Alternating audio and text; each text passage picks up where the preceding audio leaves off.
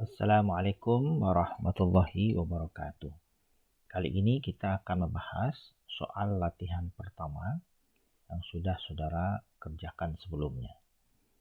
Ini adalah peristiwa yang terjadi di PT Makmur Sejahtera pada bulan Juni tahun 2011.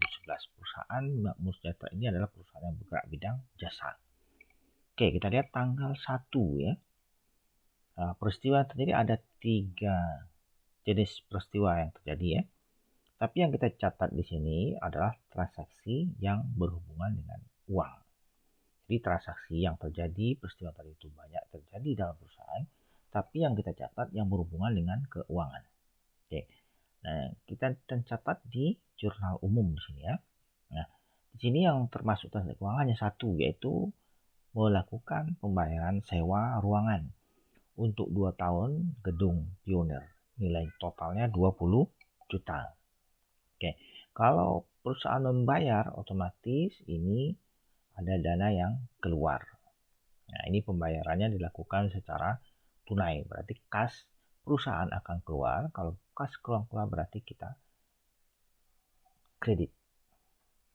Nah, uang yang kita bayar itu kita akui sebagai apa? Nah, di sini kita akui itu sebagai aset ya, sewa dibayar di muka. Nah, kita bayar nanti baru kita gunakan. Jurnalnya adalah tanggal 1. Jadi untuk debitnya adalah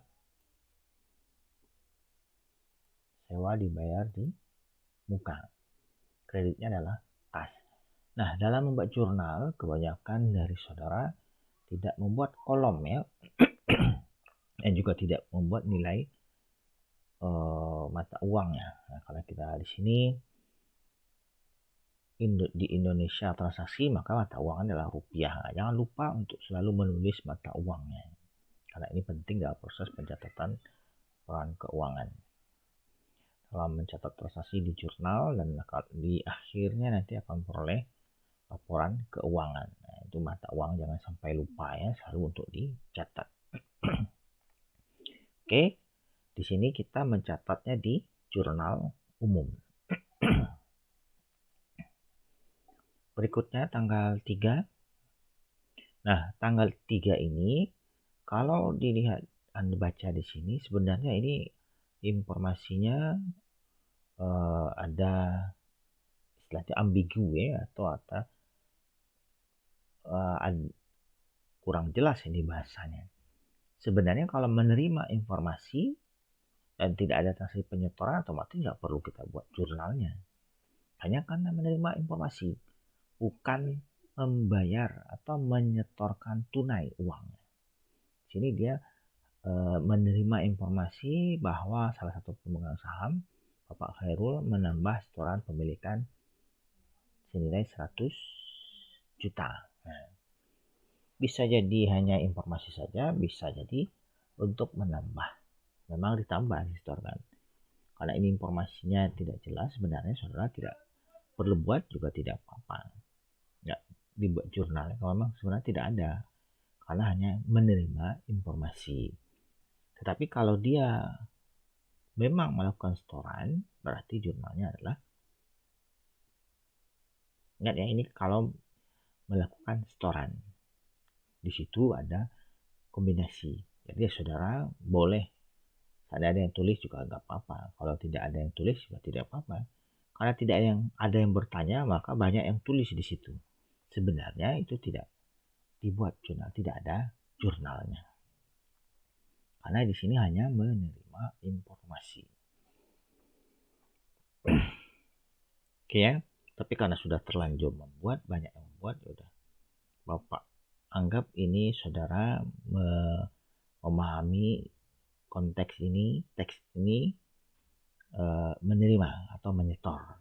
Jadi saudara membuat. Nah, harusnya ini memang tidak perlu membuat harusnya. Ya.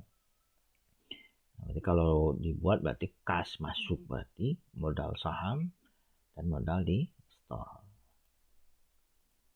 Selanjutnya tanggal 8. Nah, 8 ini melakukan pembelian peralatan kantor. Nah, ini sudah jelas, ini transaksi keuangan ya.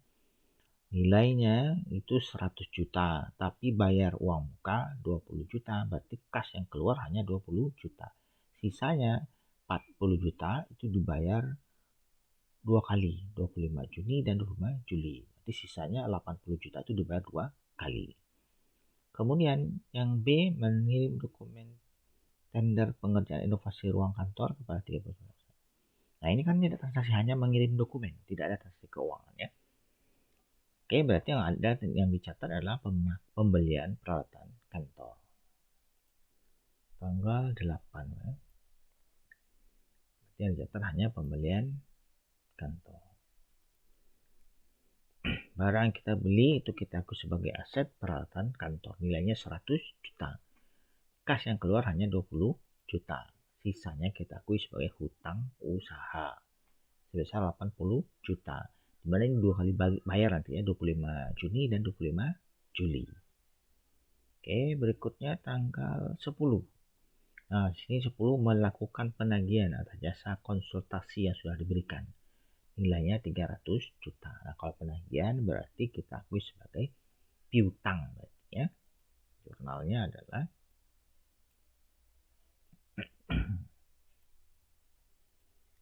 piutang usaha 300 juta, pendapatan usaha. Nah, ini sudah jasa ya, cuma belum dibayar. Kalau nanti dibayar itu berarti kas masuk. Piutang lunas, tapi ini sudah diakui pendapatan. Berikutnya tanggal 14. Nah, ini melakukan pinjaman modal kepada perusahaan pendanaan PT Abdi Financial senilai 100 miliar. Nah, ini juga bahasanya juga ambigu ini ya. Kalau dilihat sini sebenarnya tidak ada transaksi keuangan, hanya melakukan pinjaman modal. Ya, kalau melakukan pinjaman modal kan belum menerima uangnya, belum menerima cashnya. Sebenarnya ini nggak ada jurnal. Menerima surat penawaran dan juga tidak ada jurnal. Berarti tanggal 14 ini tidak ada jurnal. Oke, artinya tidak ada transaksi yang perlu dicatat di jurnal ini. Tanggal 16 Juni membeli perlengkapan kantor senilai 50 juta. Nah, ini uang keluar nih ya, membeli perlengkapan, kali peralatan, sekarang perlengkapan kantor. Berarti barang yang beli itu diakui sebagai aset perlengkapan kantor, nilainya 50 juta. Ini bayar secara tunai, berarti kasnya berkurang di kredit. Ini sudah jelas ya. Perlengkapan kantor pada kas 50 juta. Rupiahnya jangan tinggal. Tanggal 17. Nah, ini menerima uang muka untuk jasa konsultasi yang akan diberikan kepada PT Sinar. Nilainya 300 juta. Nah, tapi ini jasa konsultasi itu belum diberikan.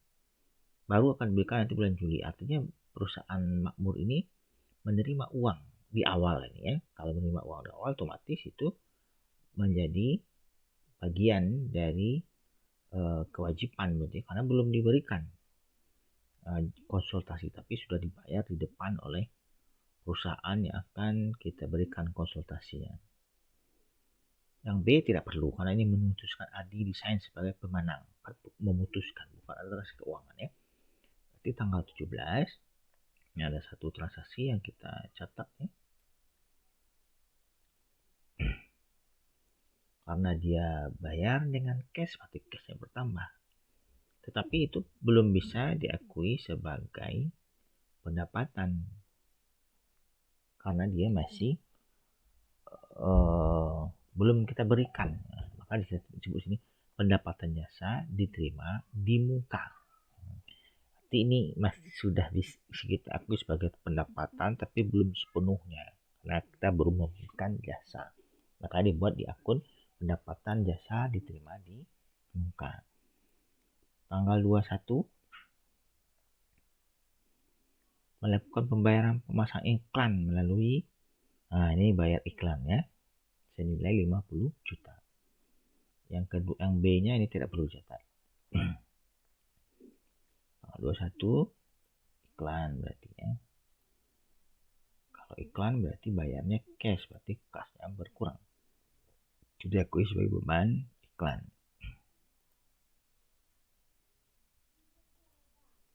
Selanjutnya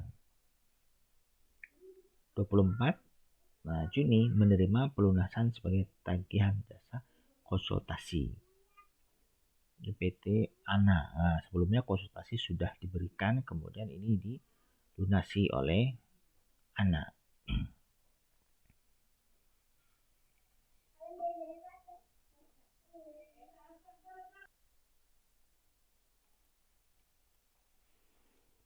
Oke, ini artinya ada terima bayaran tanggal 24.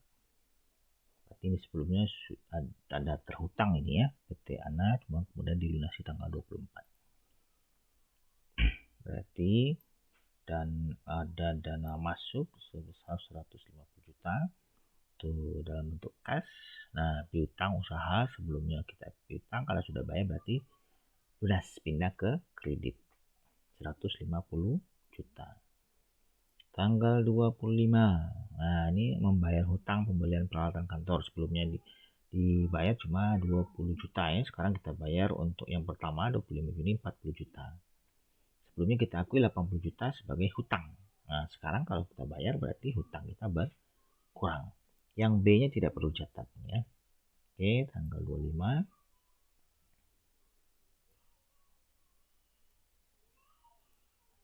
Hutang usaha kita lunas 40 juta, kas kita berkurang. Nah, artinya kas perusahaan berkurang.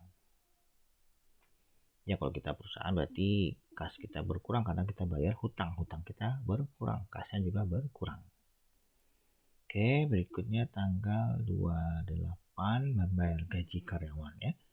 Nah, kalau bayar gaji karyawan otomatis kas berkurang lagi, yaitu diakui sebagai beban gaji. Kemudian mengumumkan pembayaran tanggal 30, kita umumkan dan membayar. Ini diumumkan harus membayar 100 rupiah per lembar kepada pemegang saham. Jumlah saham yang beredar 40.000 lembar, berarti 40.000 kali 100 sekitar 4 juta. Nah, ini juga uang keluar ya. Oke, dua-duanya berarti tanggal 28 kas juga keluar, tanggal 30 kas juga keluar. Dua-duanya kita kredit. Dan yang debitnya kalau gaji, beban gaji berarti ya. Kalau untuk pembayaran dividen berarti dividen. Nah, itulah pencatatan transaksi di jurnal umum. Oke, demikian pembahasan soal latihan pertama. Terima kasih. Assalamualaikum warahmatullahi wabarakatuh.